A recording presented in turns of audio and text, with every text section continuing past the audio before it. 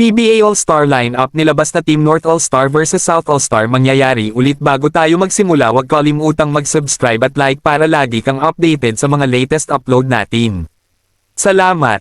Dahil malapit na tayo sa summer season, mangyayari na naman ang isa sa mga kinaabangan ng mga PBA fans, ang All-Star Weekends, kaya titingnan natin mga ka-Lloyd Sports Zone kung anong team ba ang mas malamang, ang lineup North ba o South. Ipapakita din natin ang magiging full list ng lineup.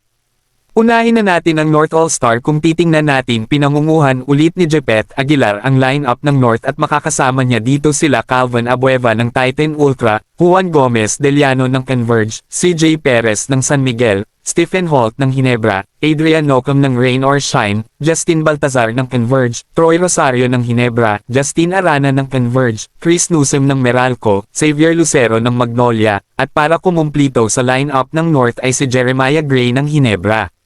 Makikita natin na more on balance team talaga ang lineup ng North All-Stars.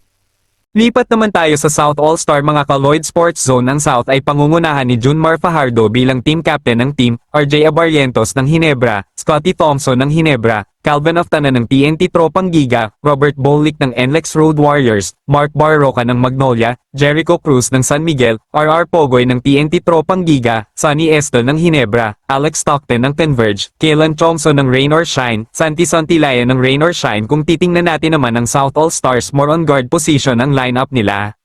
Kung pagbabasehan ng line ng North All-Stars at South All-Stars, ano sa tingin nyo mga ka-Lloyd Sports Zone ang mas nakakalamang ang lineup, at tingin nyo ba mga ka-Lloyd Sports Zone deserving ba lahat ng mga napasama sa All-Stars lineup? Comment na! At bago matapos ang ating video, huwag kalimutang mag-subscribe at like para lagi kang updated sa mga latest upload natin. Salamat!